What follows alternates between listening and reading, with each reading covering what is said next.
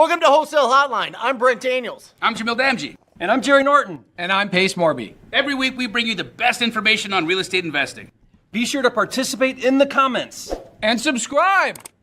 Wholesale Hotline!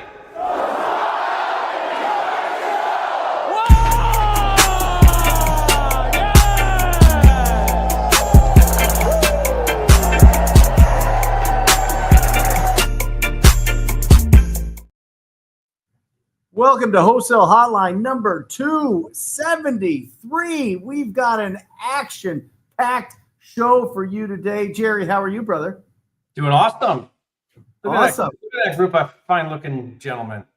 We got Mark and Cody and Bo, and we are ready to answer your questions. The newest guy in wholesaling right here. We're ready to talk about what's going on in the market. We're ready to talk about what's going on with inventory. We have been masterminding all day with the Joe Homebuyer franchise, ease and franchisors, I guess, all day. Right. All day. It's been a party. Which, Jerry, you own a franchise, several franchises. I own a franchise since 2020. Awesome. So welcome, everybody. Welcome. Make sure that you are putting in the chat where you live, where you do business, so that you can treat this as a networking event. And also make sure that you are putting in your questions. All right. Jerry, how was your week last week, bud? Awesome. Yeah. Doing fantastic. Any deals going down? Are you doing flips? Are you doing wholesale? What are you doing? Yeah, it's funny. I listed a $275,000 flip last week and an $8.5 million flip. Where was the 8.5 at? That's your Puerto Rico. Puerto Rico, bro. That's the Puerto Rico baby. We pre-listed it. We're not done yet, but we listed it already. So we got some really good renditions done. But it was just when you originally built this, didn't you say it was going to be a spec home of like 7 something? You know, I don't know where we're going to land, but we're listed at 8.5 now, and we'll see. I mean, we got a lot of room to move around. So, wow, yeah, that's going to be a good deal. And are you pretty pleased with the time frame? Because listen, let's. I know people call that place the United States, but it's still a third world country. Like, did you get it done in a time like where you're like, man, that was really quick, or do you feel like no, there were some setbacks? I feel like we're sort of like breaking all the rules in Puerto Rico because we're building this house faster than I think has ever been done in history in Puerto Rico. But it's been a push. It's been a real like full on hands-on involvement. So you're not building that as fast as here, like the luxury build you do in Arizona. I mean, we're talking significantly different. Yeah, I mean, first of all, the build is completely different because it's all reinforced concrete, no framing at all. There's not a single 2x4 in the entire house. Interior walls, exterior walls, it's all cement because of hurricanes and earthquakes. So, I mean, it's a bomb shelter, but the build process is just so much different. Like on a frame build, you got a lot of leeway, you know, like you can stand back and be like, that looks a little small. Let's make it 2 feet bigger. And you just knock down the 2x4s and move something over, change a wall, change something. This, you have to really pre-think everything you're doing. I mean, the cans in the ceiling, we pour into the floor when you pour the top floor. So there's no, I mean, you can move stuff, but you're jackhammering through rebar and concrete if you move something. And we've had to do that a few times, so it's not fun. But yeah, we're I mean, it's been a lot more work than I think I thought, but at the same time, no, because nothing ever is what you think it's going to be when you're doing luxury. Everything takes longer, costs more, you know.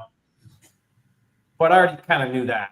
Do you know what's intriguing to me is watching you in Tennessee, like full on.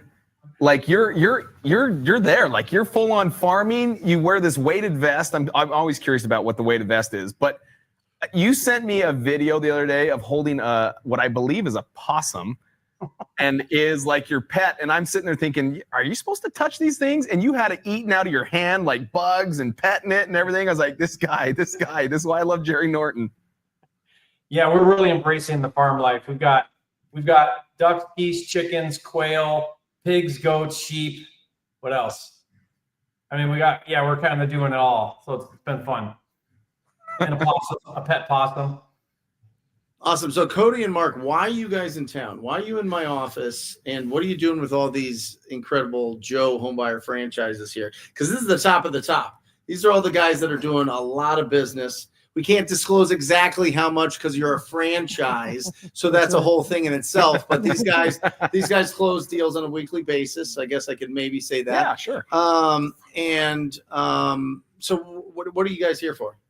Yeah, we're fortunate. And by the way, thank you for letting us have a party here. Yeah. Sincerely. But yeah, we brought in our top producing franchisees, and we're just masterminding. We're putting our minds together and getting the best of the best to just collaborate and work through, what's going on in the industry, what's going through on in our businesses. And I mean, you put a group of powerful individuals in a room where you're sharing ideas.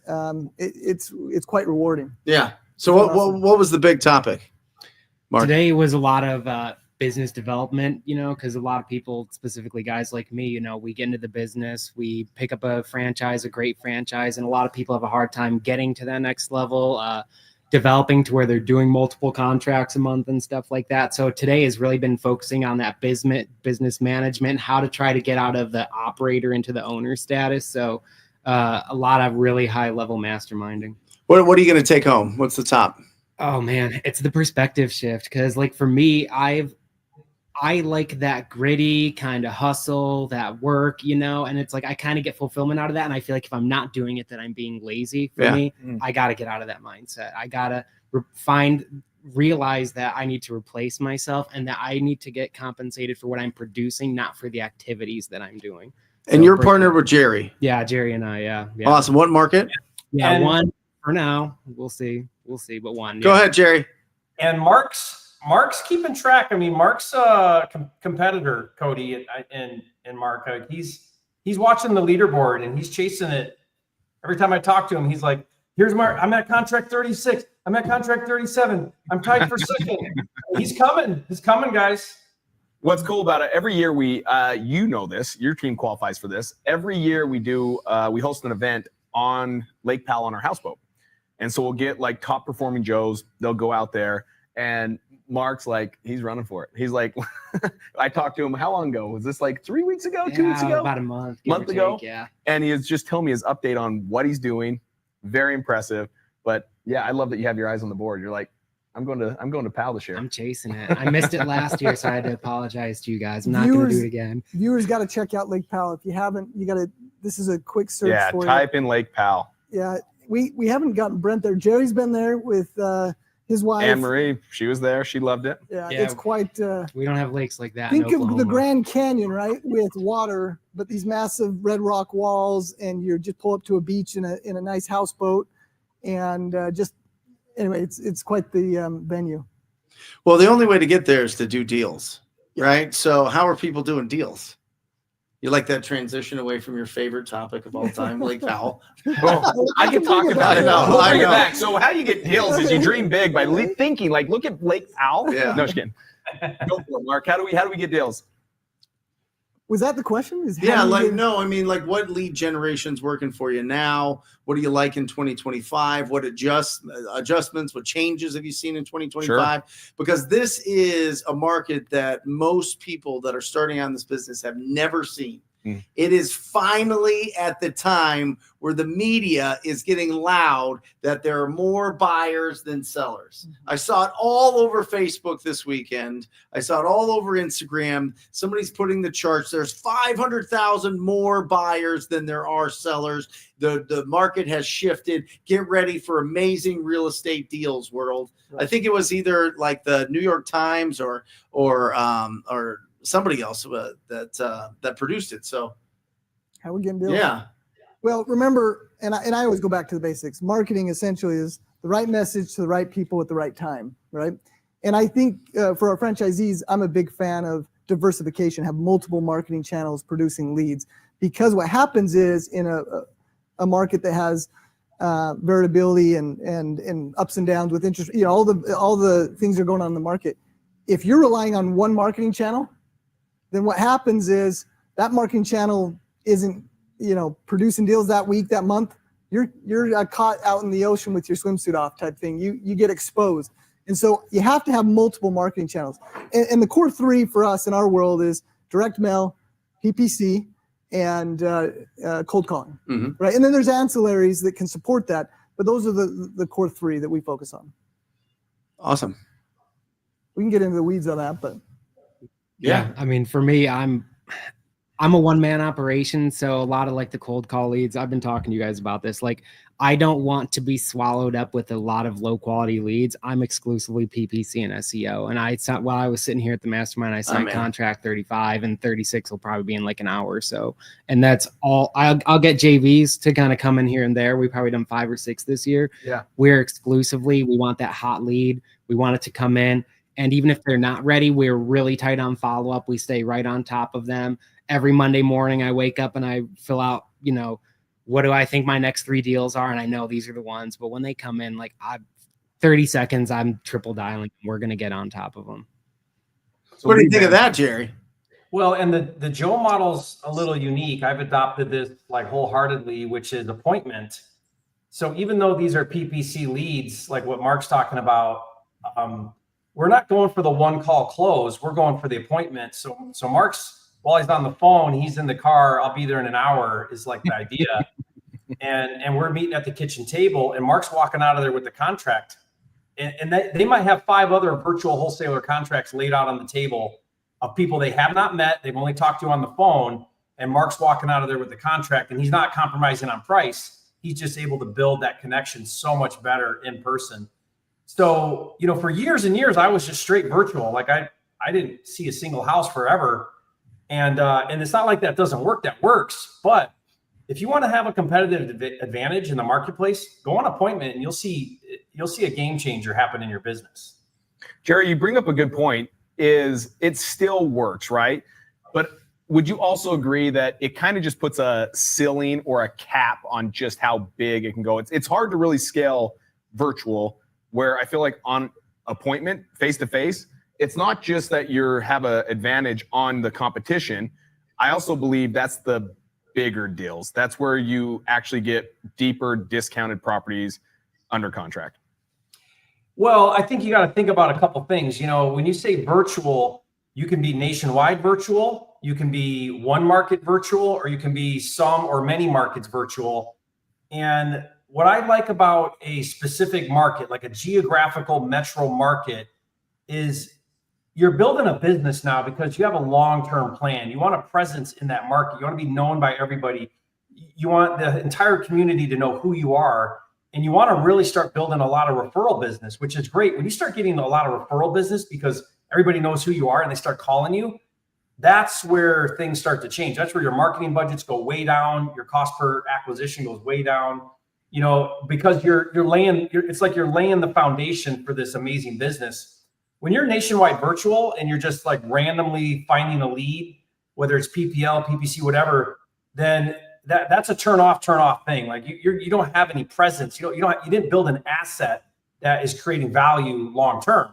It can make money for sure, but I'm more interested in building a business and in wholesale real estate. That means build a presence in a specific market. I'm hearing you talk about brand, Jerry. And at the end of the day, if you can leverage your brand, that's going to be critical, because ultimately you want to become the celebrity in your market, right? And that's what we encourage our Joe Home Buyer franchisees to do, is do enough deals that they're promoting among broker realtors, obviously buyers, and where their brand starts to become recognized, and then it actually means something, right? If you can leverage a brand in your market, then your work gets easier because the word gets out. People are referring you. Agents are bringing you deals. The brand is an actual thing, but it takes concerted effort. Well, at what point in your business do you start building brand? In the beginning, it's just survival. It's just doing deals, right? It's just getting the deals through the pipeline. You know what I mean? At what point do you cross the bridge over to, I'm doing so well, I got to start building brand to get these referrals? Because that's really what brand does. Brand gets you referrals from agents that are like, oh, I've seen these guys. I know these guys. I'm going to see if they want to buy my deals. And it's also, hey, come over to the house. You have, I looked at your Google reviews. You guys look good. So it lends more credibility. But in your first year, 2, 3, that's really difficult. Sure. I mean, my 2 cents, if you're paying for marketing, you might as well be branding because you're already paying for leads. So your business is, you're investing in this at that point in time. That's when I think it's important because you can really compound on what you're investing on. So if you're spending money for leads, you might as well get loud at the same time because you can really maximize on what you get, whether it's JV deals or, agents bringing you something they have off market, which I've done those this year too, just from Facebook posts, I would agree with that. It's like thinking about it like this way. If you're virtual nationwide or you market hop, I call it market hopping, where you're just chasing a good market, but you're never really building a presence, then you're never building a brand. But if you start, it could be your very first deal. From deal 1 and forward, you're building the brand. Now it doesn't matter for a little while. I think Brent's totally right. It's going to take time before a brand presence starts to equal something to you. But look at Mark right now. I mean, he said 4 or 5 JV deals. That's a brand thing. That's a presence thing that got him those JV deals. He's not out there marketing for JV deals. He didn't go solicit those. They solicited him because he's starting to get known in the market.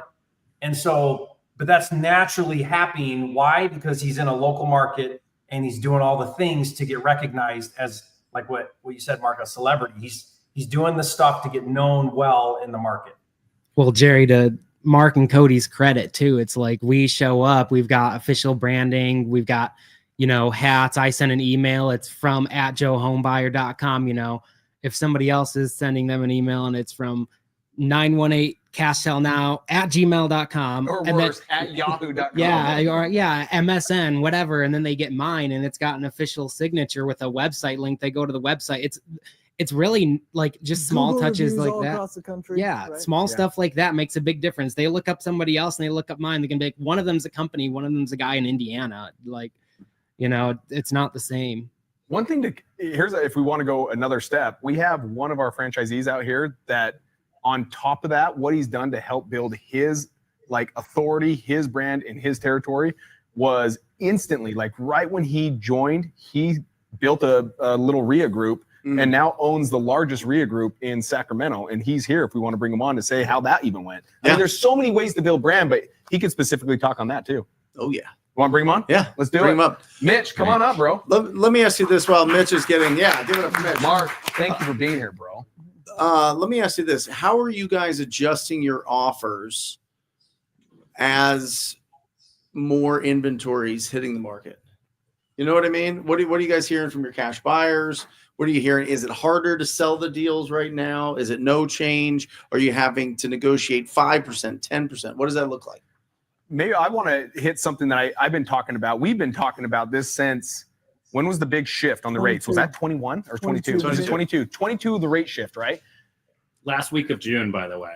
Oh, so very specific. That was the top of the market right there. That was the shift. That was the shift. Yeah, That's when shift happened. So guys, here's what I want you to think about. I want you to think of what you liked it. Bro, you can't get a better joke than that. That came out so It was perfect. It was perfect. Brent's getting used to it now. Now, here's what I'll tell you. For 3 years now, we have been doing the same thing, and I still see so many people not jumping on board with the biggest shift that took place, and that was actually on the disposition side. So when you're asking how are you still able to move deals, it's because back during the bull run, the greatest bull run I've ever experienced, you've been in the game longer than I have, but the longest bull run me and Mark experienced, I mean, it was easy. It was, you had a hot deal, you send out an email, and there was 20 people saying, I want your deal. Like that was just the standard. You send out one text and everyone's like, I want it. And a bidding war went on. It's just not the case. And it hasn't been the case since 22. It's now every bit as important to have someone with some sales skill set to be on the dispo side as you would have on the acquisition side. They've got to now pick up the phone like you've been training for years, TTP, cold calling, and you're calling to get buyers or to get sellers. It's the same thing now to get buyers. You have to pick up the phone and spend time calling all of your buyers and sell them on why they should go out and see this property that you just locked up.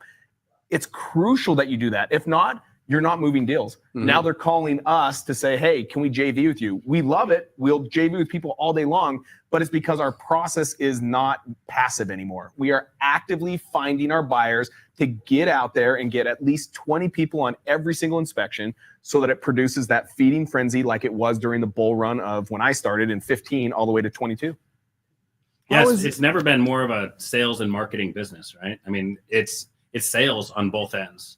It's on the acquisition side, your skill set, the way you develop yourself and the way you develop your team. If you have a team, absolutely critical. I said it a year and a half ago. I said, dispo is the new acquisitions. That's where it's going to separate the, proverbial men from the boys moving forward. And it really has been that in my market, Sacramento, California, and I've seen it across the board. People who refuse to sharpen their skills with their dispo process and move with the times and stay on top of new tools and technology to help them dispo deals, they just they lose a major edge. Yeah. What tools do you guys like for building your cash buyer database? Your investors. I like a tool called Investor Base. That was interesting. Yeah, Investor Base is great. Yeah. Actually, Brent, I came and visited you here in the office about 5 months ago, I think. Me and my dispo, who's local here in you got a lot of Sacramento people you do, in here. Yeah, they're blowing up here. What do we got? Yeah. You've got Mitch. Oh my goodness. Way to represent. Awesome. Nina Stewart. Oh, Nina Stewart. Sure. She's part of my RIA. She's a member there. Oh, Brian Nash. Yeah. In Sacramento. Mitch Beware. Sacktown, Muhammad Ali. Okay, we got Muhammad Ali on here. Shout out Sacktown. Let's go. Let me ask you this. Are you guys using, so Investor Base gives you the name and contact information for the real buyers in the market. What about Investor Lift? We use it every time so that other people don't post our deals to Investor Lift. I don't know if you've dealt with this, right? But have you guys been messing with it at all? We invested in it for 1 year, and it wasn't exactly what we were looking for at the time. Yeah. Maybe things have changed on that, so I can't give you an opinion on others that. Get more Put in the chat if you guys are using Investor Lift. I'd be really curious to see who's using it. Matt, Justice, let me know if you're using it. I don't know if you are. Jerry, are you using it across? Yeah, we use Investor Lift, but I mean, the thing is you guys are exactly right. It used to be that, during the heyday where, I mean, you just wave a contract in the air and buyers all come running. So, I mean, we had it as just an hourly position. It was no sales thing at all. It was basically, order taking the highest paying buyer. So it wasn't even a commission-based position at all. We've since done exactly what you guys are talking about, where it's now the number one skill. If you had to choose between your top sales guy on act or dispo, you put him on dispo, because that's where the real work needs to be done now, is on dispo. And so any of these tools like Investor Lift, it's not just like a post-it one and done thing and then all the buyers are going to come. We're outbounding all the buyers on any of the platforms we use. We're texting, calling, we're doing all the work to get in front of these buyers and having these conversations. So it is now truly sales on dispo. And if you're not adapting to that, then you're leaving money on the table, or you're missing out on a lot of. Your cancellation rate goes up through the roof, right, Jerry? Here's something I wanted to ask you guys today during one of the sessions. I saw that North Carolina starting, Jerry, you know this better than anybody. North Carolina in, I think, either September or October is all the new regulations are going in, and this has happened in a couple other states, and correct me if I'm wrong here, Jerry, I think it's Pennsylvania, but they have a 30-day window where the sellers can cancel if you're a wholesale buyer, right? If you first, you have to have a license in North Carolina coming up, and they have a 30-day right to just cancel the contract for whatever reason. Specifically for a wholesaler, but if they're buying the home. So here's my question to everybody here, and I'd be curious to know, even in the audience, if that happened in your state. We even have a couple North Carolina people here. Yeah, we do. Perfect. All right, so we'll get you in. So if it happened in your state, how would you adjust?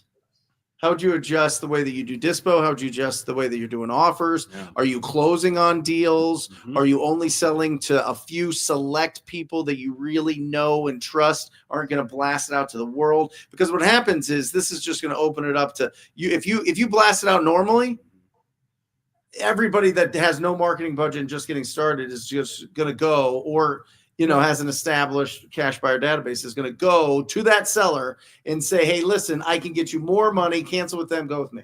Well, the first thing is, and I'll be quick because I want to hear it from the rest of you. We need to hear from the North Carolina folks as well, but I'm going to put my name on it today. There's no way that 30-day clause is going to hold strong come October. There will be nuances of it, but you think about it, there's so many other ramifications from that 30 days. I just don't see that there's any way that that's a viable way, because it affects a neighbor buying a neighbor's property. There's so much subtleties of that is completely It's only garbage. wholesalers, though. It's only if you're signing the deal. Well. Ooh, Jerry, let's jump in. So first of all, it hasn't passed. It's passed. It's not going to pass. Right. That It's the House, It's crazy. but not the Senate yet. So it's got to pass the Senate, which it's coming. And by the way, it passed the House unanimously. Not one person opposed it.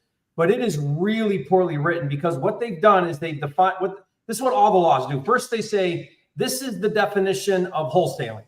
Okay, so here it is. This is what we're defining wholesaling as. And now, if you're doing this, here's what you have to do. So Brent's right. You have to have a license, and there's a 30-day cancellation. But the worst part about that law, if it passes the way it's written now and they don't make some amendments, is they're defining wholesaling as any and all transactions. And this could be your mom's house or anything. It doesn't even define what you're doing with it. If you're buying a property that's not your primary residence, that's wholesaling in North Carolina. That's how it's written right now. I've talked to a couple of attorneys about this, and everyone is freaked out because they need to adjust their definition in their law or in the bill about what the definition of wholesaling is. So this would apply to buy and hold. This would apply to fix and flippers. This would apply to, I'm going to buy my mom's house and keep it as a rental. Any purchase or sale you do that is not your primary residence is in their definition of wholesaling. What are you going to do? I'll tell everybody your name and where you live and all that and how long you've been doing it. I'm Bill Sanford. I'm Burlington, North Carolina. Let's go. Been doing it for 22 years, and our business model is not going to affect it that much because we're doing mostly retail real estate. We do a little bit of wholesale, but mostly retail.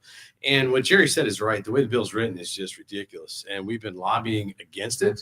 And there's a high probability it's not going to pass this year. At least in its current form. In its current form. And we're trying to negotiate with the lobbyists. A lot of us have gotten together, Greg and I and a couple others have gotten together to try to kick in, to raise funds to be able to fight this thing, because it's ridiculous the way it's written. Any transaction that you have that you are not going to personally live in, they're saying is going to fall under this, which is ridiculous. Yeah.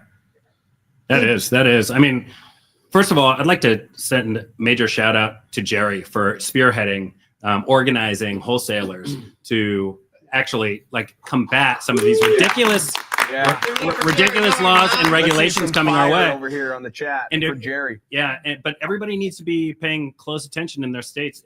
If regulations haven't been introduced in your state, it's just a matter of time. I know Jerry's been screaming this from the mountaintops for years, trying to organize and make sure that we hold a higher level of operations. That's what the Joe brand is all about. It's about operating and doing things the right way, teaching the right way to do things, so you don't fall into this big bucket of people who are considered stripping equity from sellers, and you do things in an honest way. And there's going to come a day where you probably should prepare as a wholesaler today that in your state, you should be prepared. Get your private money together, your hard money together, to take down every property that you have interest in buying and plan to resell it, okay? To that extreme, get your real estate license. I'm not telling you to do all those things. I'm saying peek around the corner on this. Jerry's been talking about it for a long time. Brent's been talking about it for a long time. We are ready, and it's unfortunate that the few bad apples,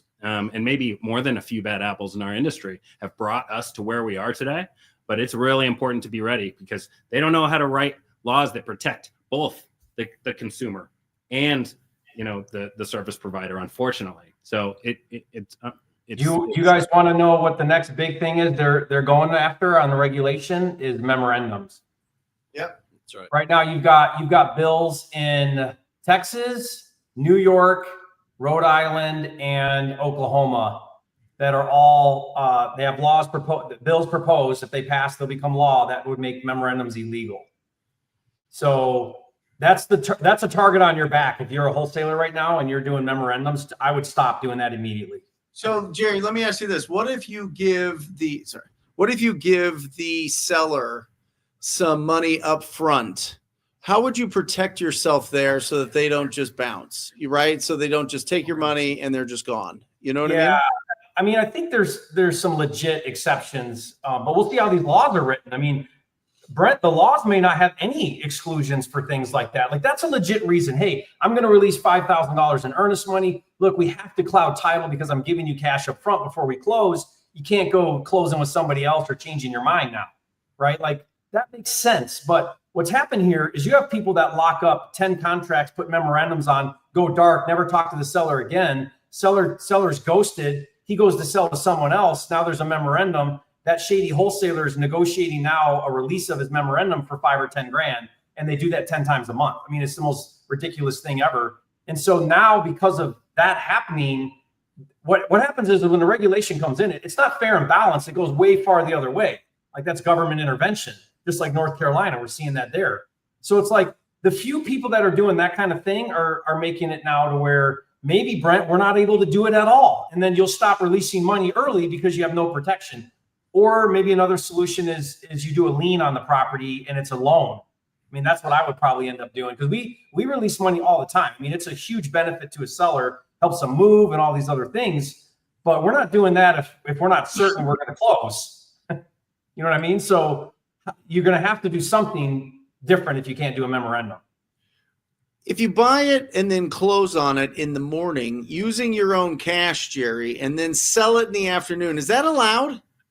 Well, this is the gray area, guys, because here's the thing. How did you contract with your second buyer? And when did you contract with with the buyer? Right? So think about it. Your BC contract with the new buyer, did you execute that contract before you legally own the property? If you did, which is how we double close, then that's equitable interest. And the equitable interest is what's up in the air right now. What they're saying, what a lot of these regulations are saying is, we don't want you making money on equitable interest. If you want to make money in real estate, buy the dang thing, take legal title, and then we don't care what you do with it. But if you're making money on your equitable interest, which is a BC contract and a double close, that's an ovation and that's an assignment, then you're falling under that umbrella of equitable interest. I'm monetizing my rights to my contract, but I don't own the property yet. And people think it's about when you close. It's not about when you close, it's about when you contract. Because that BC contract, how are you contracting to sell a property you don't yet own? How are you doing that? Well, you're saying, well, I have equitable interest because I have a contract to buy the property. Even though I don't own it yet, I have equitable interest in the property. Therefore, I can sign a BC contract with my cash buyer. But see, that's what they're coming for, equitable interest. So Mitch is right. Like, guys, if you want to be a sustainable long-term business, you're going to need to get a license. You're going to need to get private money. You're going to need to be able to buy things. You're going to have to put down earnest money. You're going to have to treat this like a real business, not this like, I don't have a dime invested in anything. I'm going to take zero risk. I want to be a fly-by-night wholesaler where I make all this money, but I don't put anything into the business. Those days, I think, are coming to an end. There's got to be two truths to this. You've got North Carolina putting this out. They know how it's currently written is poorly written. They have to. Like, there's no way they can look at that and say, oh my gosh, I am so excited about this to go into place. So the two truths are, they're trying to get some regulation in place. And I think there's a line that it's going to just clean up how it needs to clean up. But here is the opportunity for all of us as real estate investors. I think it opens it up to almost blue ocean again. Like, it'll go back to the feeling of 2015 when I got in and I didn't feel any kind of competition. I think this is going to and should weed out the bad apples. At the end of the day, the bad apples probably don't have the skill set, the mindset, or any kind of consistency to go raise capital, get a license. They're doing it fly by night. They're going to be gone. It's going to shift the presence of how we're looked upon. And at the end of the day, they solved what they're trying to solve, and that's get rid of the bad apples. I actually recommend we get rid of the bad apples. I think this is going to be a fantastic day for all of us. And those that now move forward and see that this is actually an opportunity, it's not a punishment, we're going to win, and we're going to win bigger. Yeah, Cody, that was a piece I wanted to add. Being from North Carolina, it is doom and gloom there right now. And I'm actually seeing huge opportunity. The bill, obviously, we've covered that, needs to be written differently. But it was introduced because there are people that are bad actors. There are people taking advantage of sellers. Everyone at this table is doing things the right way. I think it creates huge opportunity for us. And I think that's the piece to continue to focus on. What do you guys think about the installment method as a solution? Zachary Cook asks. The installment method. I don't even know what that is. I do.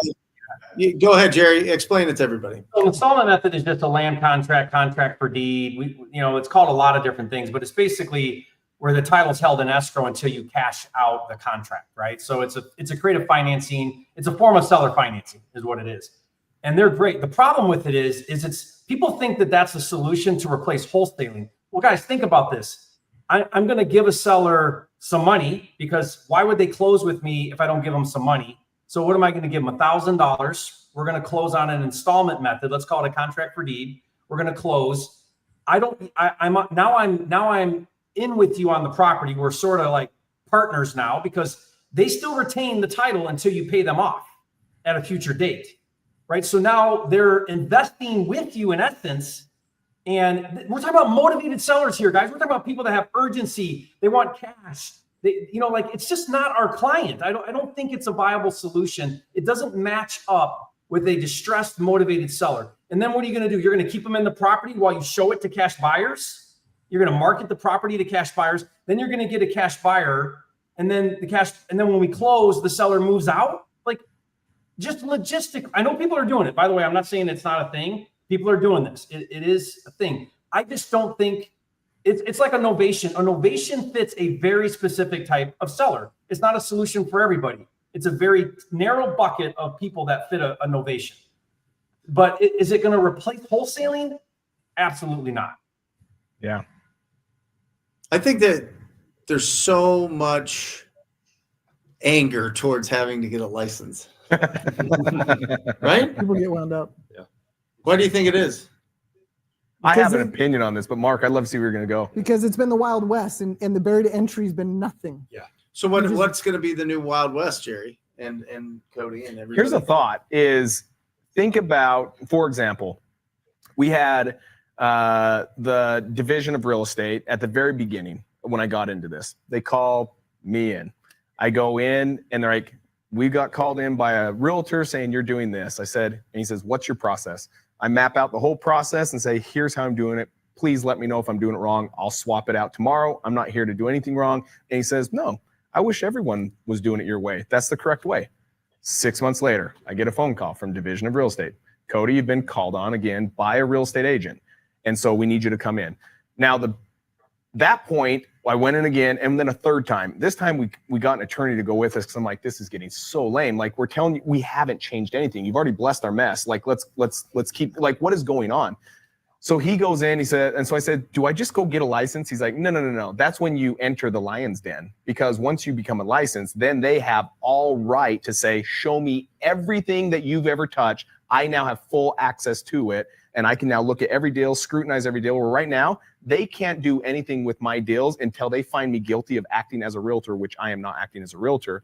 So that's one of my problems is we already have this target on our back, even though they've blessed us 3 times that you guys are doing it correct.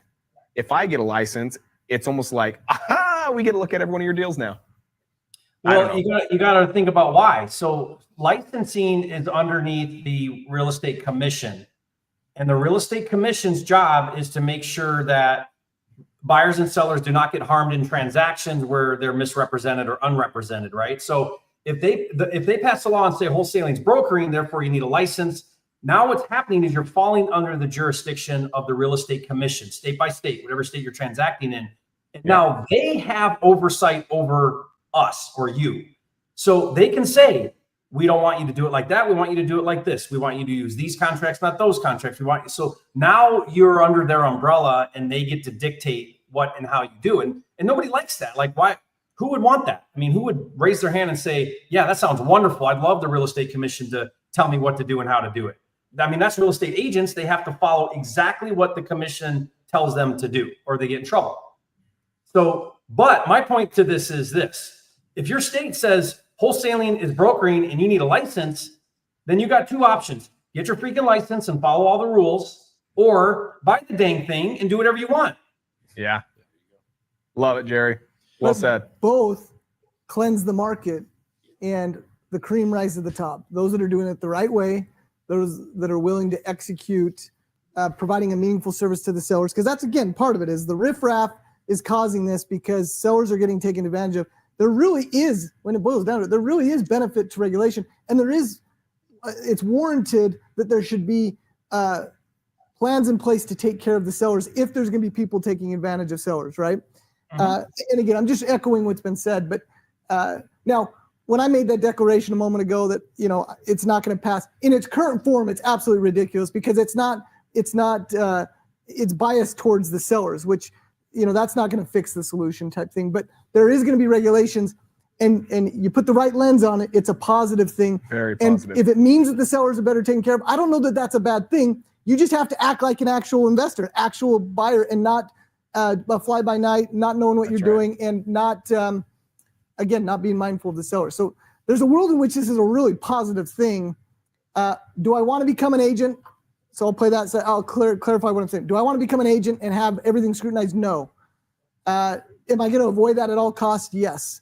But am I going to make sure that I'm being mindful of the sellers and do it the right way? Obviously, that's our mission. That's our goal. And I think for a lot of people, that they're doing it that way too. Yeah. Awesome. I think they should just go pick on like solar cells. I think there's a lot more damage going on homeowners when I get a contract. Let's talk about that for a minute. I mean, if we want to see a bad there. business, how many times do you go under contract and there is like a $90,000 lien on solar cells? We went under contract on a property last week. It's literally 2 days later, title comes back and they say, you know, there's a solar lien. We said, there's no solar panels on the house. How is there a solar lien? 80-year-old woman. Somebody showed up at the door 3 days before we did. And she said, well, I'm getting ready to sell the house. I said, well, that's okay. Just sign this piece of paper. We're still going to be able to take care of it. So she's now dealing with this $30,000 solar lien that we're trying to take of course. Yeah, it's insane. Of course. Yeah. It won't fix anything. It won't fix anything because here's my honest opinion. I think there are more shady real estate agents than ever there will be wholesalers. Honestly. That shots fired. I mean, they give bad advice, bad information, not helpful, actually a detriment to the transaction, not a help to the. You know how many times that agents have screwed up my deals? The agents screwed up my deals. And then can't help the person that they just screwed up. Totally screwed up. Just get out of the way. I just unlock the door. I need you to unlock the door. That's it. All I need you to do. And yet they're licensed. And so if somehow licensing is going to clean up the industry, it's not going to clean up anything because agents are proof of that. I think there are a lot of unethical agents and they're all highly regulated with licenses. So what did that do for them? Maybe that's where all the would have been potential wholesalers are going to go to is solar. They're going to be the next industry that needs that. I mean, if there's a regulation that needs to come out, it is 1,000% on solar. It's highway robbery. Go for it, Bill. I think this bill is going to be hugely beneficial when it passes in a different form because, like you said, it's going to eliminate all of the bad actors. It's going to make things more legitimate. Yep. And when you do it the Joe way is a mutually beneficial transaction that works for everybody. And I'm already a realtor. So, I mean, legally, I can just do whatever I want to do anyway. But it's all about, in the end, it's about looking out for the person that you're partnering with and helping solve their solution. The biggest talking point about this bill needs to be how this is going to harm the sellers. And it is going to harm the sellers. Yeah. Because if we've got to wait 30 days before that earnest money goes hard, and they have the right to just take that earnest money and back out and keep that earnest money, they can do that with 5 or 10 people, right? So that creates an unethical element on the other side. And we need to point out to these legislators that we solve problems. I have people that need to close in 1 week, 2 weeks, and 3 weeks. I won't be able to do that now with this law. Yeah. And so I got somebody who's going to lose their house because I can't act fast anymore. And the legislators need to understand that they're really harming the people they're trying to protect. And the state of North Carolina, like they're suffering now the income that comes from it. Like there's so I don't know. We fix problems. I get thank you letters from my clients that if I'm having a bad day, all I get is pull those out and read them. It reminds me that I'm doing a good thing. Well, at the end of the day, I mean, it reminds us of why you and I both got in this industry. Right. It's maintaining the integrity of we want to change lives Yeah. through investing in real estate, and that's absolutely our opportunity. So Carlos talked to a Gator lender at some point, and they mentioned that it's a buyer's market now, and fix and flips are no good in today's market. What do you guys think? Not even close. Our market is still a seller's market. Maybe other markets in different areas are buyer's markets. I don't know. But North Carolina, we're still rocking and rolling. But I think part of the underlining thought is that you can't rehab a property, right? That it's not a good time to do a flip. Well, it stays on market is the worry, and Yeah, but if you account for that in your upfront pro forma and you buy it at a deep enough discount, obviously you have to buy it right. I don't know. I'm not opposed to. I think it's rehab on the right property. I think it's market specific, and I think it's definitely price point specific. I mean, we just listed a little flip we did. We bought it for 100. We put whatever 30 or 40 into it, and I have it listed at 275. I had 10 showings in the first 2 days. I've had 3 or 4 offers, 2 offers over list price. Why? Yeah. It's because I'm under 300,000 on a renovated house. Very good point. Under 300,000 is going to fly off the shelf anywhere, really. I mean, So you're saying median price range or below? Yes, that's or luxury, right? Or luxury. Jerry? Or luxury. We're not dealing with people that have to worry What's about a loan. luxury? Double median, triple median, quadruple median, because it's different in every area. Every area is $2 million in the middle of Nebraska is different than $2 million in San Diego. Right. You know what I mean? So what do you think luxury is, Jerry? Have you ever put like a multiple to the median sale price to it? No, because it's not something I do everywhere and all over the place. I mean, luxury is something you got to really get your head around. I think you want to, if you're going to go the luxury route, you need to have a 5-year, 10-year plan in that market to really do it well. Like what I mean by that is like, you're going to really dive into that local market and go for it. And so, but that's a great question, Brent. I don't know, but I would, off the top of my head, I would say 4 times median is probably would you be hitting luxury. Yeah, I think so. That put Phoenix at 2 million. Maybe on the low end.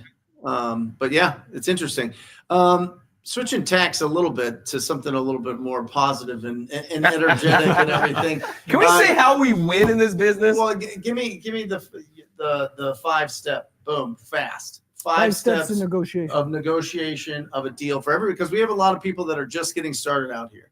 We got a lot of people that they haven't had a lot of opportunity to negotiate. So give them a blueprint so that they can follow to really just, help them along in the first few, and then really be able to sharpen the skills. Yeah, I'll just hammer through the 5 steps. Look at them there. They require a little bit of context, but at the end of the day, no context. Just hit them. You got to get and their then we'll number. let them ask questions. All right, you got to get their number. Then you set What do you mean number? what their sell price of their property is. Okay. You got to get their number. That's step 1. Okay. Before you try to negotiate, you got to get their number. What if they won't give it to you? They'll give it to you, particularly when you're providing value and you're helping build a solution. It's all part of the solution that you're framing together. Again, you asked for no context, and now I'm trying not to give you context. I'll pull it out. So if you're virtual and you're negotiating and they're saying, hey, you called me, or I went to your website, you buy houses, what are you going to buy this for? As much as the home qualifies for. And at the end of the day, as much as the home qualifies for. Did you guys hear that? Do you guys like that? Are you guys writing that down, Anton? I would be writing that down. It just depends on how much it qualifies for. Most people say it. Really, most people, well, I'll give you the highest offer. It's like, well, you're screwed. Right? As much as the home qualifies for. Okay. So what does it qualify for? Well, that's our job, is to assess that together, to come up with a plan together. So our philosophy at Joe Homebuyer is JHB way, Joe Homebuyer, but join. That's the effort of connecting with the seller, hear their needs, discover what it is that they're trying to accomplish. What's their goal? Right. And then the B is build a solution. And that solution is not what you think. So many times in sales, particularly the good sales, those that come from solar that try to get in this business, they just try to force feed the seller what they think they want. No. If you hear their need, you can build a solution around what is actually going to help them transition in their life. Sure. So that's the focus, JHP. So if that's what you're starting with, and they feel that JHP is join forces. Join forces, hear their needs, build a solution. There you go. Can somebody write that in the chat, please? Join, hear, build. Join, hear, build. Yep. And look, if you're invested in, if you're invested in that effort, you're always going to get their number. Because now it's not you're on opposing sides and there's a strong negotiation, strong arm tight setting. They're going to collaborate with you to come up with a solution. So it's almost, 99.9% of the time you're going to get their number. And I love the word collaborative, Mark, because so many other wholesalers are just focused on the transaction. It's a transactional business. Sellers feel that. That's why we get the deals from the sellers that have 5 postcards, 5 offers that were texted to them. And we're going in not asking or not focusing on price, just focusing on that relationship and how do we create this connection to build this bridge together. Well, you got to live a higher law. The golden rule is treat others like you want to be treated. We're not, that sounds fantastic. That sounds like, oh my gosh, you couldn't win. You could never lose if you just treat others like you want to be treated. And you lose all day long if that's how you're going to go do this deal. You got to live, I would call maybe a platinum rule, right? And that's just a level up. And that is treat others as they want to be treated. Because what you think is the solution, they could care less about it. And I think we're so coined to watch a YouTube video and we just go in and spit the same benefit every time. I can close fast. I can close in less than 7 days. I can buy it as is. I'll provide a dumpster. Oh, and you can stay in the house for 2 weeks. Well, what if they don't need a dumpster? What if they don't need 7 days in the property afterwards? What if they don't need this? It's like, it just doesn't matter, right? We have to figure out, and I love the JHB because we literally need to listen to understand. We need to hear them, right? Hear their needs. Listen to understand versus listening to respond. And most salespeople are listening and saying, oh yeah, well, you got the right person. We'll close fast. And we're not. We're listening to everything so that we can just hear their needs. And then at the end of the day, it's the home that's the problem. If the seller is right here, I'm sitting next to him and we're looking at this problem together. They're not the problem. I'm not the problem. This is the problem. And we're going to create a solution together. We're going to come up with something that helps them move on to plan B. Yeah, people do business with people that they know, like, and trust. Yep. And if we don't build that process, then we're not really helping them the right way. Yeah. So many of us visit a home and it's like Greg said, we're worried about the house and we're worried about, the price. We had a franchisee go to a home, true story, and gets a contract, works with the seller, and is driving away, talks to me about it. And I'm like, great. Did you get videos and pictures of the property and everything? And he's like, no. And I'm like, wait a minute, you didn't even go tour the house after? He goes, no, we just built a connection. We solved a few problems. We put an agreement together and off I was. Like, it just illustrates the point that they made a human-to-human connection. They solved a problem and they put an agreement together. Oh yeah, the house was kind of the byproduct of that. So that's what it means to join here, build. So the 5 steps, if you want me to hammer through Let's them. go. I love how you brought us back. Let's go. Buddy. Don't let him detour you. He said you just go without any kind of anything. I got him. Yeah. Okay, so get their number. Then you're going to set an anchor. And by the way, Chris Voss of Never Split the Difference, he illustrates this so well. But an anchor solicits a no and is unrealistic. Then it's the question. So give us one. Well, an anchor is an idea rather than a specific number or an offer. If it sounds like an offer, then they're going to kick you out of their house type thing. An anchor is, because they fly a kite by giving you their number. They propose something that's not realistic, that they're just kind of posturing with. And it's just natural. Your defense of your number, of your equity, and they should. The seller's obligated to get as much for the home as they can. And so you just reframe or stretch it by the frame of the negotiation by simply dropping a number that solicits a no. So it might be or a range, an idea. So it might sound something like, I suspect if you had other offers, you're going to have people coming in the low 100s or the mid 100s. Again, I'm not giving you any context from, maybe what it's worth or anything, but if you notice the language that I chose, it wasn't a number and it wasn't a range. It was an idea. It was, and the idea is not to get a yes to that answer. They flew a kite with their number. You're now going to set an anchor just on the opposing end so that you have some room to work. That will create the space to have a meaningful negotiation. And then it's a simple just follow-up of a series of questions. When they say no to that, it's, well, how close can you get? That's step 3. Say that again. Guys, you need to write this down. You need this one is something that my guys use. Ryan and Joshua and Chad use, I don't know, 3 times a day, a dozen times a day. Yep. Like literally, it is like Every single conversation. every conversation, Jerry. Every single conversation has this question. How close can you get? How close can you get? How close can you get? The beauty behind that is they're here at 350,000. You throw out, I bet you're getting offers around 100,000. Yeah. And they go, no, I can't do that. I would never do that. And you go, how close can you get? Boom. It's not more What's the complicated. beauty behind that, Mark? That you're setting them up. They then negotiate against themselves. So now they were at 350, you're at 100, or the idea is around 100. How close you can get? They're like, well, we could probably, I don't know, maybe 250. Now, guys, all of this is hypothetical. Me and Jerry did a video, and I think it got like more views than anything because they hated what we and you just said right there. Remember this, Jerry? We went like, yeah, it went viral. Yeah, over this same exact criteria that we're just saying. So yes, it's they're negotiating against themselves. I would say it a little different way. The seller is going to attribute a price based off the value that you're providing. What they're going to do is fly a kite on their price. I'm going to set an anchor. I'm now going to solicit the price or the value that they associate with the offering or the solution that I'm providing them. So, you could say they're negotiating against themselves. I think what it does is it ultimately puts them in a position where they get to decide what price they sell their home for based off the value that you're providing. The more value you provide, the lower price they'll accept for their home because that, solves and provides a solution for them. Mm-hmm.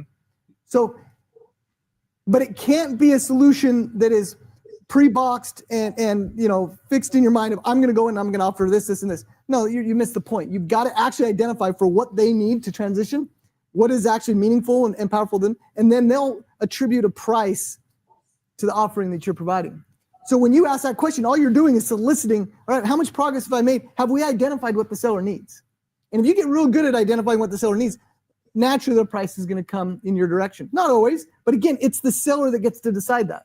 And you give them back the power. And two important pieces here. One, you've established enough relationship to be able to do that. So there's probably people on here thinking, I'm going to go in and I'm going to say 100 when they were expecting 300. I'm going to get kicked out of the house. Right?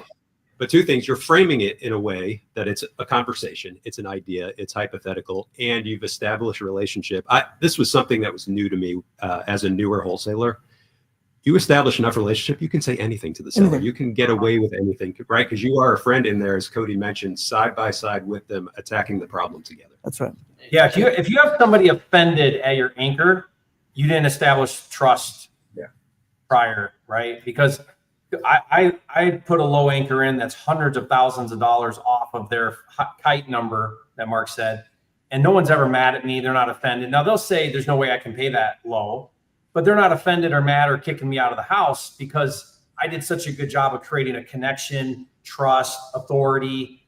And that doesn't have to take a long time. It's just, that's important to create before you do your anchor. So guys, if you're running into that, you're not building that relationship, right? You have to create that relationship first. How do you know when the relationship is strong enough to be able to go that, Well, my favorite is when an acquisition manager, so we've had, a dozen acquisition managers over the years, maybe more, just in our own operations. And my favorite is when an acquisition manager comes in. I'm not answering your question. I'm just stirring the pot, just soliciting some thoughts here. But they come in and they're like, oh, they're not going to go with somebody else. I have a rock solid relationship with them. Well, guess what? Every seller likes more than you. More money. Right? Better price. They're going to sell. So when do you know? So I don't know I guess I want to have some dialogue now to Brent's question. When do you know you have, or that you're at the stage in the relationship? I would tell you that Chris Voss framework of mirroring and labeling, when somebody starts to open up and you discover the black swans, when you start to understand the critical details that change everything in the negotiation, that's when the seller says, I can place this information available to Mark or Cody or Greg or Bill or whoever, because I know that it's going to be safe with them because they're going to help me navigate the situation. When they're starting to open up about the granular details, they're asking you to help come up with a solution. That was going to be my answer, Mark, said a little bit differently, but you've created trust when you've gotten to the bottom of the problem, when you've identified what the pain is and you've sympathized and empathized with that seller and you understand and they feel understood. For me, I just keep asking questions until I understand what's really going on here. What are your goals? What are your plans? What are you trying to accomplish here? Help me understand where you're coming from. And when they feel that from me, It's time now. I've created enough trust because they feel heard and understood. It's when they don't feel understood because they're telling you answers to things and you're thinking about your next question and they can just feel that you're not really there for them. And that's a lot of that is it's an energy. Like, are you really there? And are you really looking for a solution? I got a deal right now, Brent, where, he started out in the 5. That was his kite in the sky number. I anchored in the low 3s. He came down to 425. I went up to 350. 350 is my ceiling, so I stayed put. He came down. I just got a text and he said, what are the next steps? I'm thinking about going with your 350 number. Now, he told me in one of the conversations that he's gotten other offers. And he told me the other offers were higher than 350. And he sat and they met with an agent who's telling him that the agent can get him 4.25. So even after commissions, so I said to him, I said, well, you should go with that. Like that's going to get you the most money. You got time. No, I don't really want to wait for time. Okay, well, let's brainstorm solutions. Well, 350, that's too low. I got an offer from a local flipper for more than that. Why don't you go with him? Like I'm just, I'll talk it out with you about what's the best thing to do. And if there's a better solution than me that meets your needs, then I think you should do that. And guys, you know how many deals I get because I'm just honest with sellers? Like, what would you want? Yeah. What would you want somebody to tell you? The truth or tell you, oh, don't go with that guy, go with me? Because why? I mean, it doesn't make sense. So do what makes sense to the seller and you'll get more deals than you can imagine. Love that. Guys, love that. That is a mic drop right there. Yeah. What you just said, Jerry, that is powerful. Yeah, I mean, we use that regularly. That's my favorite thing as well, Jerry, too, is someone says, oh, well, the neighbor said they were going to offer me 280 and the ARV is like 260 and the house is in a wreck. And every single time I'm like, you should take that. Like, what am I even doing here? Why haven't you done that yet? And there's always some reason. There's always some excuse. And you can kind of dig into that to continue to build that relationship and not necessarily, but kind of poke holes in what that offer from the neighbor might be, which in the end just helps show that you are the expert in the field and you actually can close, which is what's most important at the end of the day. Yep. Well, and I used to be an acquisition manager competing against Mark and Cody before I became their acquisition manager. And I was always told this is the price that we can pay. And so I would go into these appointments, build great rapport, and just offer just the price as opposed to negotiating and trying to figure and going the anchoring process. And I would lose out on deals to them not because they offered a better price or a higher price, but because they focused on the value they were going to provide. And we did the same things. Like I said, like what Cody said, we'll close in 3 days. We'll give you cash up front. All these things that weren't necessarily important to them it was other things they needed. And so, and we actually got to a point where we had a deal. Man, this was a great deal. We were under contract to buy this house, and my boss at the time didn't want it because he was a flipper. He was buying it to flip it. And so, you know what I did? I got on the phone with Mark and Cody, and they sent their acquisition manager out there and the lady needed money to pay for her electric bill, get groceries. And then they wrote us a $5,000 check and they ended up assigning it and making like 20 grand. So it was a very good value add to where we felt comfortable calling them because they're going to focus on their needs and our company just didn't want to buy it based on certain circumstances with the condition of the home. By the way, what's your guys' names and territories? Like, where do you guys wholesale out of? Yeah, my name is Mike Gorius. I'm out of Louisville, Kentucky. Yeah, Devin Hager. I'm out of West Palm Beach, Florida, but basically all of South Florida. So, how long have you guys been part of the franchise? Since late 23. So I was Mark and Cody's general manager in Texas for 2 years, and now I've owned a franchise for 4. So I've been involved with Joe Homebuyer for almost 6 years at this point. Cow. Yeah. Wow. Yeah, this is really cool because we're kind of all scattered throughout the country. Utah, Phoenix, Louisville, Florida, North Carolina, and Oklahoma, all of that, right? Well, and cool story. So I actually partnered with Brent on a deal a few years ago. Yeah. We had this lady smoking deal. All she wanted, she's like, "You're not wholesaling this deal. You're not wholesaling this deal, and I need you to close in 2 weeks." So you know what? I partnered with a guy, Brent Daniels, who had the cash, could close quickly, and we killed it. Like we made great money on it. It was a great opportunity, and we did exactly what the seller wanted, and we just closed on it and put it on the market as is and sold it. So it was great. Yeah, that property was rough. Oh, and yeah, that was so wild. That place sucked. Oh my but it was in a great area. Great area, right by the water. Yeah. You have a question? Oh, okay. You're just raising your hand. Okay, got it. Okay. Step 4, are we good? Dude, I'm impressed that you pick right back up. When I said, hey, this is a good opportunity to say, go to thejoeway.com and they'll have access to everything. Because we're going to hit it right now, but we're going to hit it. You're going to have access to it later in case you're forgetting. Yeah. Thejoeway.com. Hope it's okay. I didn't even ask if I can share that, but the Joe. And what you're going to find is you're going to be able to download the framework for this best practices for negotiation, and you're going to have a training video. But step 4 is part of the collaboration process of negotiation. You're going to give a vague increase, and it's framed in the form of an if. So what's happened in the negotiation is you've set an anchor, you've asked how close they can get, they come down, they oftentimes are working with you on price. They need to see that you're going to reciprocate. So you're going to come back with a, if I can do this, and you close the gaps by coming up with a vague, small adjustment up, and it starts with a if. And it's key. Again, these little subtleties, this is something when you're a franchise, we do 4 days of, training on site at our office in Salt Lake. So we're trying to do this in 15 minutes. But at the end of the day, it's an if question that will show the seller that, hey, you came down. Thank you. I'm coming up. We're working together. We're going to find a solution. So that's step 4. Well, the language you're using is, I'm not desperate to buy your property. You're going into these situations, say, look, we're looking at a lot of properties. We got money we want to allocate. So you're one of many options for us. And so the problem is, even people that are pretty naive to selling their homes, they can smell desperation. They can smell when, oh, this guy really needs my business. And so it puts them in the driver's seat instead of yourself. So when you use that language, if we can do this, if we could provide this value, then it puts them in the position, man, I need to work with these guys because they're going to provide solutions for me. And it's on an if basis and not like, oh, we're going to do these things for you before they even offer that they needed that solution.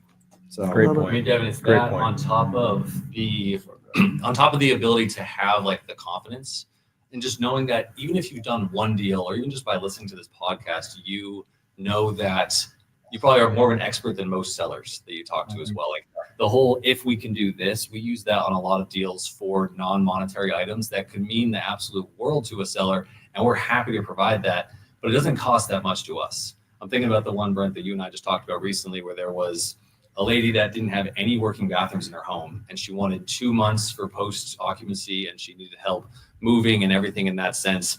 And there was no issue for us to help with that. In total, it cost us like an extra $1,000. So saying, hey, would it be helpful to you?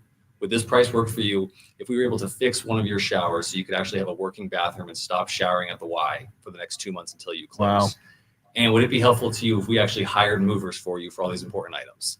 And those were each $500, and it just meant the world to her. Well, you want to know how many deals have all come back to us because they chose to go with price as opposed to value. So they sign a contract with another investor just based on price, and that guy falls through. And then they call us back saying, hey, I know you weren't the highest offer, but you were going to do all these other things for me that I did need that this other person didn't do.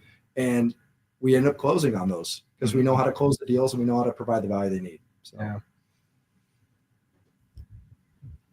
When do you guys flip versus wholesale? So we had to learn the hard way on this a couple times. Probably just right after you just yelled at me enough. I think that's when we decided to make a change. Everybody laughs and knows what he meant by that. Everybody laughs. But essentially what we've done this year is just made the mindset shift to say, we are not going to flip a house unless we're going to make like $40,000, $50,000.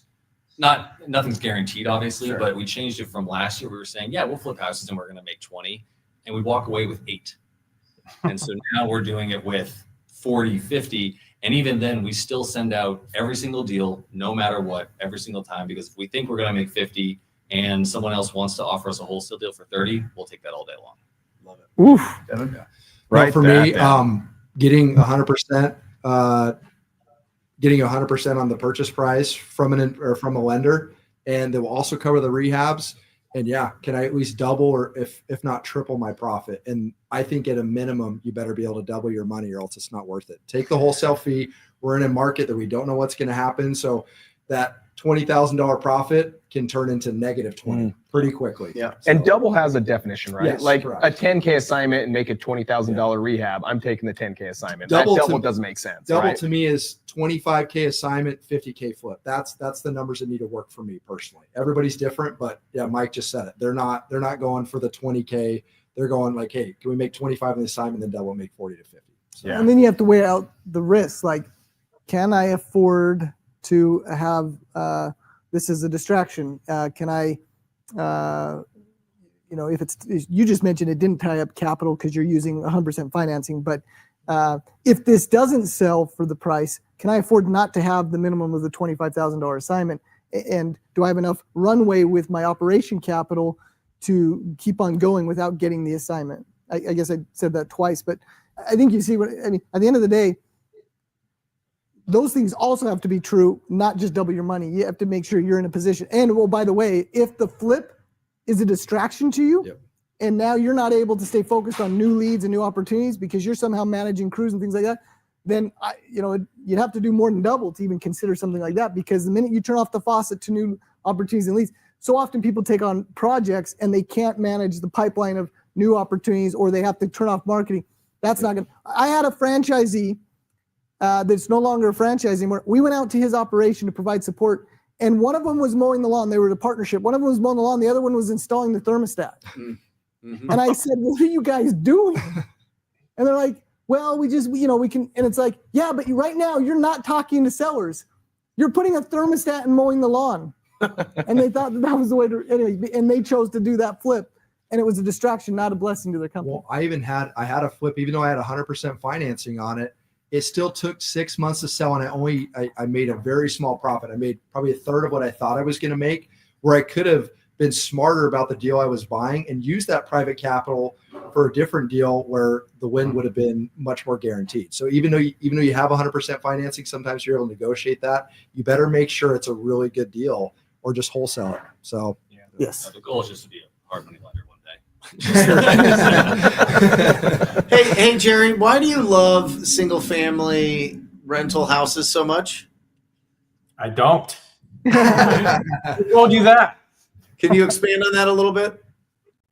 Well, it's in the same vein here, which is, as a real estate investor, everything's developmental, and you crawl before you walk, and you walk before you run. And so there's just a right time to do things. And in the beginning, we were building the business, active income, that short-term money, 30-day money, that's the most important thing for you to build a business and build wealth and build a life, is you got to create that fast cash. So when you tie up bandwidth with a rental property or a fix and flip too early, and you don't have the appropriate resources and the bandwidth to manage that, then you're going to get all screwed up. I can't tell you how many people I know that have 10 rentals and they've hit a ceiling. They can't qualify for any more, right? Maybe they can find a creative finance somewhere. They're not making any money because the rental property's chewing up any cash flow that thing makes, and they're stuck, right? Whereas the same resources could go into a wholesale operation and you're making $100,000 a month and you're building something now. Do you want to stay that way forever? Maybe not, and you could start doing some other things when it's appropriate. So I just think there's timing, and even still, Brent, like to this day, I'm just not a super big fan of buy and hold. It just doesn't fit me, like flipping and wholesaling and some other things, development. And I do other things for passive income. I have software and other things. So I'm not saying that it's a bad move necessarily. It's just not my favorite. And I think a lot of people have very unrealistic ideals about what rental properties are and do. Honestly, I don't think you should even be thinking about it unless you have a tax liability, because that's the real benefit. And so until then, don't take that rental property on. It's funny because one of my Joe partners, they come to me often and they say, hey, let's keep this one. Let's not wholesale. I'm like, okay, why? And they're like, well, we can make $500 a month in cash flow. And I say to them, do you know how many of those we'd have to own to make the same revenue we make wholesaling? We'd have to own 1,000 of those. Why in the world would we do this? We can wholesale it for $20,000. Why? We could never match that. And for what? Why? I keep asking why? And you know what they get down to? Well, because I'm told that that's what you're supposed to do if you're going to build wealth. Well, I don't know who told you that.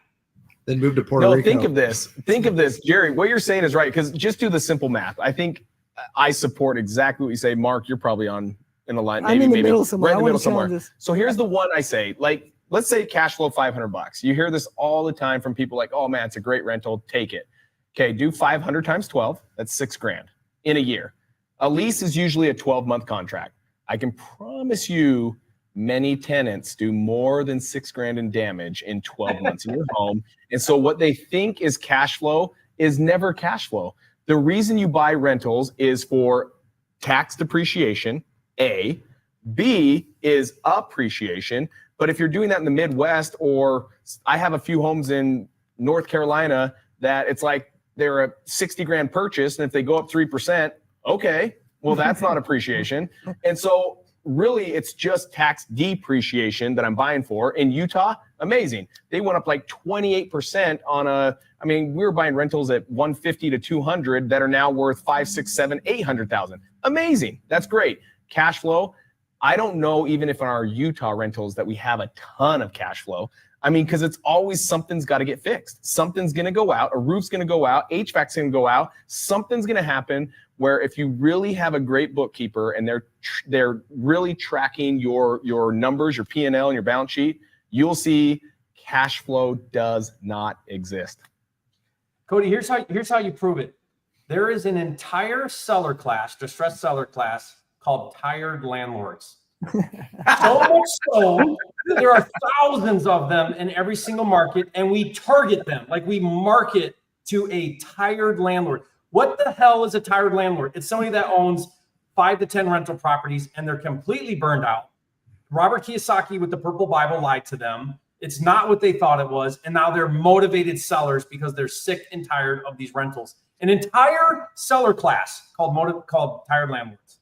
Yeah, it's pre-foreclosures, right? It's probates, it's tax default, and tired landlords. You know what I mean? It is. I mean, I would say 50% of our deals are from tired landlords. They're the great deals. They're the ones that say, I'm fed up. This guy smoked meth in my house.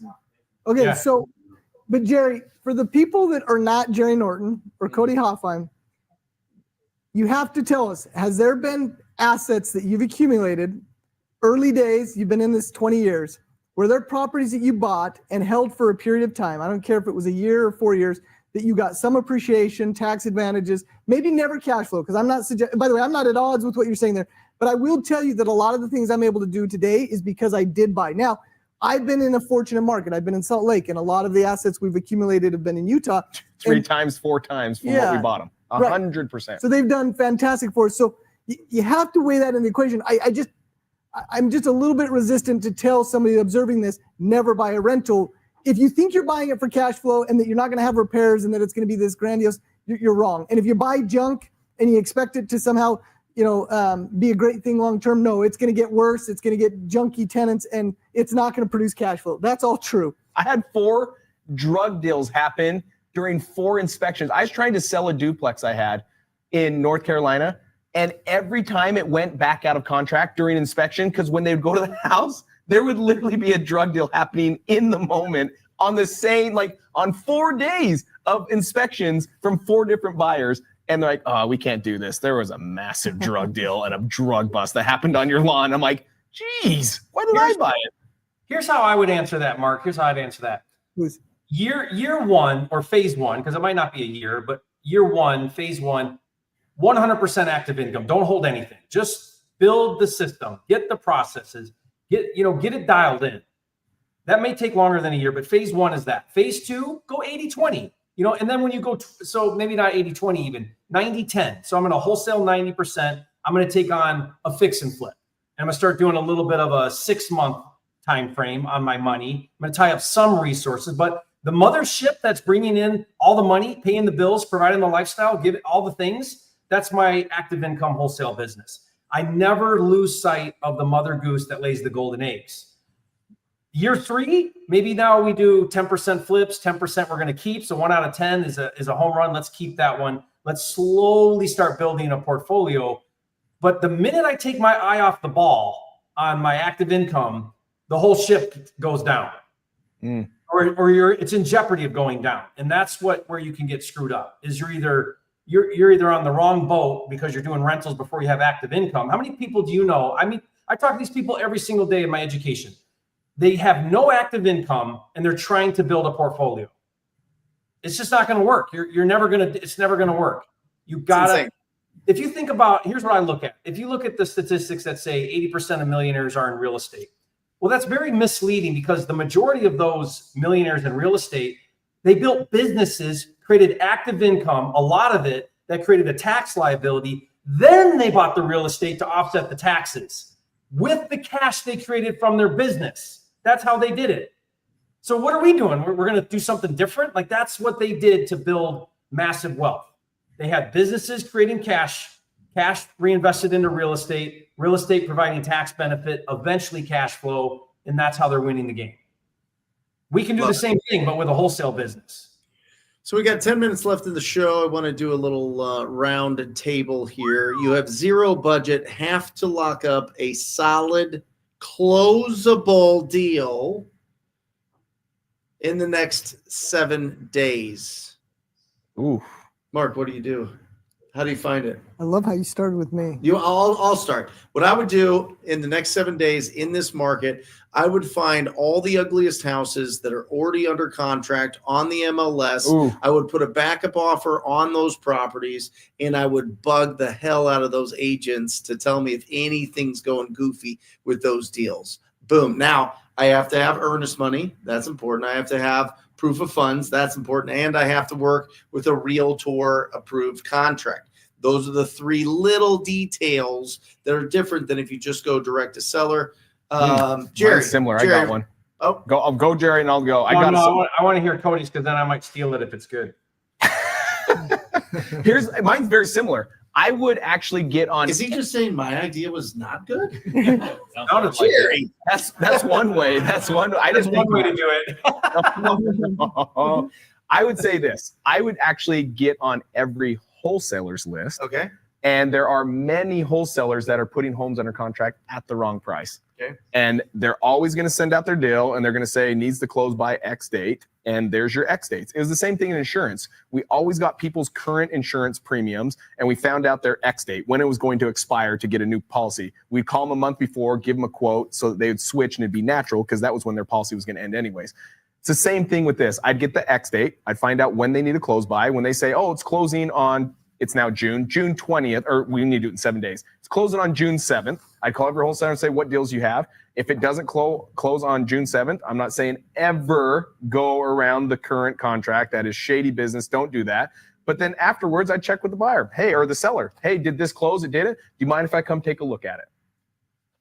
I did the TTP method, Brent Daniels. When I started my market, I did it virtual. I live in Utah, started my market in Florida. I virtually drove for dollars. I looked at crappy houses on aerial view on Google, got a phone called 5 hours a day. My third day in, I got a deal and I got found a tired landlord. She had 3 properties, tied up all 3 properties and sold all 3 of them in the first 3 days of my operation. So what'd you make? I made, yeah, you go for it, bro. I made $26,000 between all 3 of those deals. Awesome. So yeah. Awesome. Jerry? Do I have any marketing budget? Did you say I forgot? I didn't hear. Zero. You got zero, bro. You're in the hole. You owe your credit card like $12K. Hey, bro, you cannot be the Godfather OG moment right here and talk about agent deal domination. It's got to be something. Not 7 days. No, not 7 days.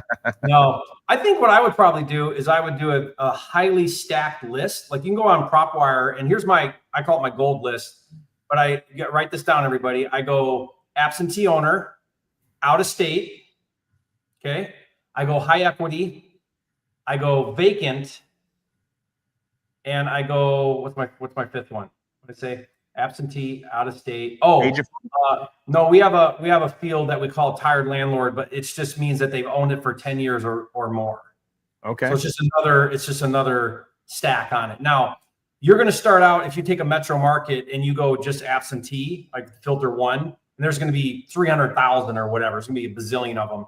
But as you add all those stacked onto the list, all those filters onto the list, it's going to get smaller and smaller and smaller. And then you're going to have a list of like anywhere from 50 to 100. But you've got a really amazing list now.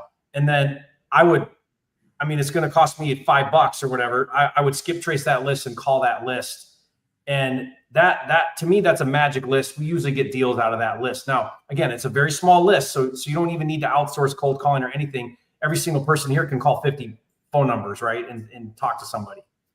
Love that. I've heard people have success door knocking those too. Oh, yeah. So, hitting the pre-foreclosures and then knocking those lists around you. So. Yeah, so I would do something, I guess, similar to both of you trained me, so you guys actually took my answers, or maybe I took yours as well. But how I got my first 4 deals was expired listings Nice. at the end of the day. And so it was, living in Phoenix, calling folks in Louisville, actually searching for people that had more than one house at the end of the day, built a relationship, and just one by one, I found this one lady and wholesaled all 4 of her houses. She was from Louisville, moved to South Carolina, couldn't get it done. And so I was like, I can get it done for you. And we got it done. Awesome. That's awesome. Legit. All right, so this one works. This is the best This one. one works. This one's it, Jerry. This is the golden goose. Hold on. It's gonna sound underwhelming, but I'm telling Bro, you. if you have to hold a gun to someone, do not share this. No, hold on. I'm telling you. You're gonna rob a party store, Cody. Yeah. Okay. Give no, hold on. me your It's gonna sound house. underwhelming. It's available at a court repository or county. Probate with a personal call, human-to-human connection.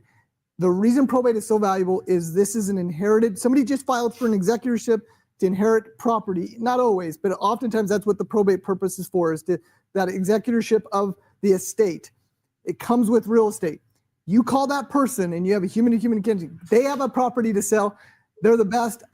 It trumps the tired landlord jargon and all this other things. I'm telling you, if I had to find a deal in 7 days with no marketing dollars, it's court repository, probate, and having a human connection with somebody that needs it. They now have a property they inherited. Well, Mark, those are some of the toughest conversations. So how do you start that? Someone just lost a family member. How do you start that conversation out when you cold call? Ooh, wait, hold on. I'm going to challenge this. Can you close out probate in 7 days? Yeah, that's what I was gonna say. Nice try, Mark. Wow! Hey, I've done this many times. Little bit of details, you Jer. can get a contract, even though that, dependent upon the state, that contract is not valid until the probate process is complete. But if you build a good enough rapport, then they're committed to you and they're going to sell you the property. And as soon as probate is complete, After the 7 days. Yeah, it counts. There was it nothing counts. about funded in Whoa, 7 days. whoa, Brent. Just lock up. Yeah, lock up the deal. Not close in 7 days, bro. Oh, Jerry. Wait, Jerry. I thought we had to close in 7 days. Yeah, so did I, Jerry. I'm No, with you you, have bro. to, you have to lock up a closable deal. That's You guys- the thing. You can't just I'm lock. going to come pet your Oh, possum, lock up Jerry. a I'm done with this. Anybody can lock up a deal for A retail closable deal. and But right? Brent, but Brent, if I had money and a good process, couldn't I just give you money and you give me some friggin' hot PPC leads and we're done? all day long. Are you getting the PPC leads? Yeah, I'm meeting with your team next week to get Nice. started. So, You? yeah. Yeah, we've done really well with your leads. Mike? Really well. I got a meeting Wednesday. Nice. Okay. Yeah. Yeah. Frickin' Jerry. Where do they go, Brent, to find out more about your PPC? Talktopeople.com. Talktopeople.com, guys. Check that out if you're ready for the absolute fastest and most profitable leads of all time. It's at talktopeople.com. It's not even close, guys. We have freaking so many unbelievable talent here finding great leads online. So They really check it do. out. We attest. Talk to We attest. people. Awesome. We've done very, very Jerry, well. what are you up to this week? Oh, what am I up to this week? Same old thing, just working the business. I don't have anything special really going on. But next week, Mark and Cody are coming out to see me at the farm. That'll be fun. The Be farm, digging- baby. We're not digging doing. ditches. We're not digging ditches, bro. Just so you know, we are not. We're not for hire. We are having an event, right? Laying pipe.